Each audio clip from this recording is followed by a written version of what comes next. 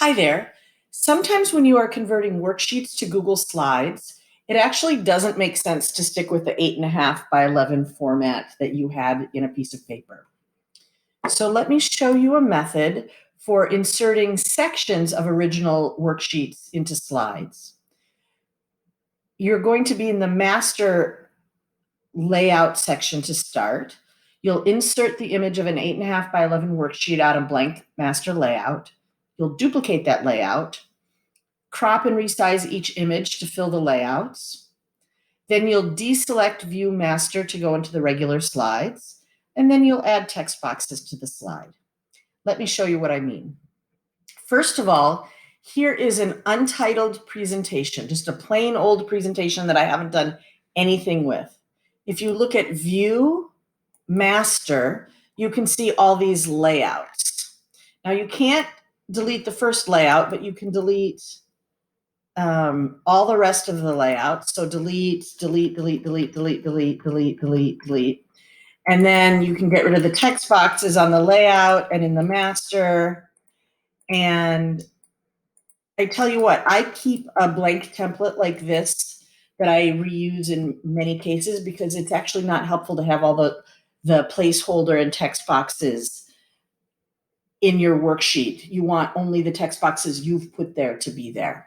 Okay, so I'm in vocabulary review right now, and I'm in view master. See, I have view and I have master selected. Okay, oops, I accidentally went out of that. So view master. Now, in this layout, I'm going to insert an image. Mine is on my computer. Perhaps yours is in your Google Drive. So I'm going to insert this worksheet. See how it is very small. You wouldn't want to work with it this way, but I have a plan for that. So on this layout, I'm going to duplicate the layout. So we now have two identical layouts with the worksheet. And I'm basically just going to edit it twice. So on the first slide, I'm going to crop image. And see in the top right corner, this little black crop sign. So if you select on that, I'm going to go down to where the activity starts, and I'm going to go to the bottom, and I'm going to drag up to the bottom of that activity, that section. Okay, so now, you know what? You can always undo if you don't like. So see how I made this cut too close and I didn't show the bottom line, which I wanted to do? I'm going to do undo or Control Z. So I just went back to where I was. So now I'm going to drag it up again, and this time I'm not going to be so aggressive. I'm going to leave a little space there.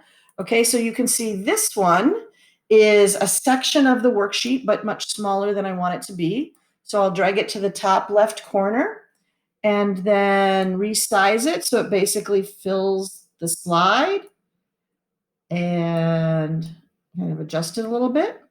Now I'm going to do exactly the same thing on the second slide. So see here, I have this whole image for the whole slide.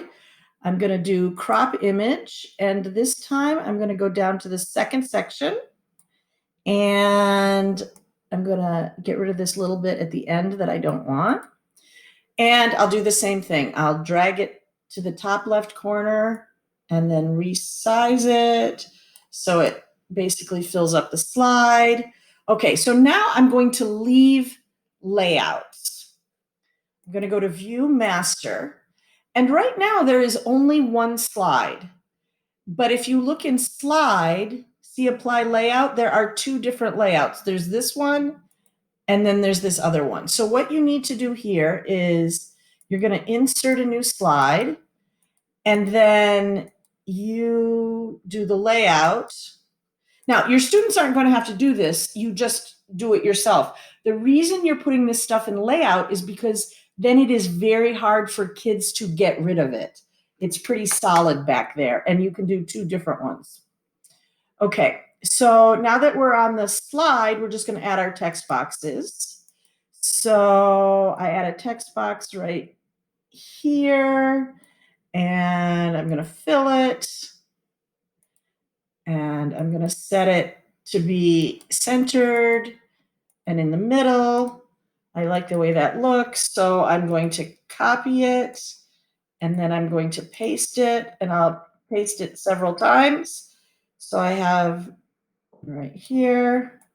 Now I happen to know that my text boxes are set up with the right size font for this. You could also go in and adjust your font. And I guess I didn't make enough, so I'm going to copy another one. Put it right here. And then you do the same thing with the other slide and you're all set.